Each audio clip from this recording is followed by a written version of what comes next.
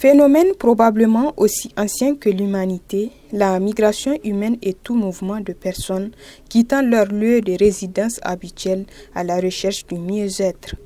Pour les acteurs de la société civile actifs dans la défense et la promotion des droits des migrants, la migration est avant tout un droit de l'homme.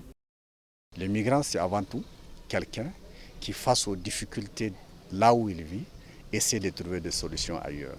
C'est quelqu'un qui a le courage de ne pas céder à la fatalité. C'est quelqu'un qui va chercher des solutions ailleurs. C'est quand même quelqu'un qui essaie aussi de jouir de droits. Parce que la libre circulation est consacrée par des textes sur lesquels nos États se sont engagés. Donc notre rôle, c'est de rappeler ces éléments-là. Normalement, ils sont connus, c'est des textes de loi. Mais on voit bien la pratique. Dans la pratique, une certaine façon de traiter du sujet de la migration à travers les médias peut parfois donner une mauvaise image des migrants. Donc pour nous, lorsque ces instruments sont connus, ça aide les médias dans leur façon de traiter le sujet de la migration. Ça les informe davantage sur les droits des migrants.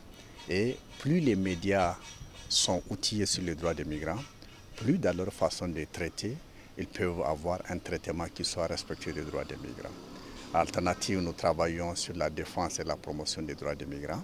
Pour nous, une des choses qui peut aider à faire circuler des informations plus sûres, plus saines, respectueuses des droits des migrants, c'est vraiment une connaissance par les acteurs des médias des droits des migrants. Enjeu pour nous, au nord comme au sud, que chacun puisse jouer son rôle dans l'environnement où il travaille, de façon à ce que les droits des migrants soient bien connus. Malheureusement, il y a beaucoup de violations des droits des migrants et pour nous, il est important que l'opinion comprenne que c'est des droits qui sont violés, c'est des droits humains qui sont violés, comme le droit à l'éducation, comme le droit à la santé. Lorsque ces droits sont violés, nous devons réagir. Jadis pratiqué par les hommes, le phénomène de migration touche de nos jours les femmes. Les choses changent, les choses bougent. Par exemple, au Niger, on parle souvent du cas de Kanché, où des femmes prennent le chemin de la migration. Quelquefois, les raisons peuvent être les mêmes raisons qui poussent les hommes à partir. Ça peut être des situations liées à la pauvreté, ça peut être des situations liées au contexte local, ça peut être cela. Et ça fait qu'aujourd'hui, dans la sous-région ouest-africaine, on voit des femmes, mais ce n'est pas propre à l'Afrique, hein.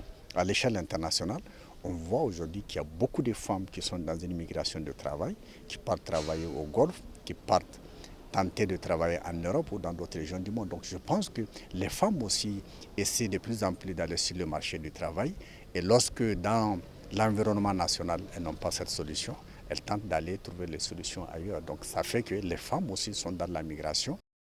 Pour rappel, les principales causes de migration en Afrique sont d'ordre économique, politique et éducationnel, entre autres. Ce reportage a été réalisé grâce à l'appui de IMS.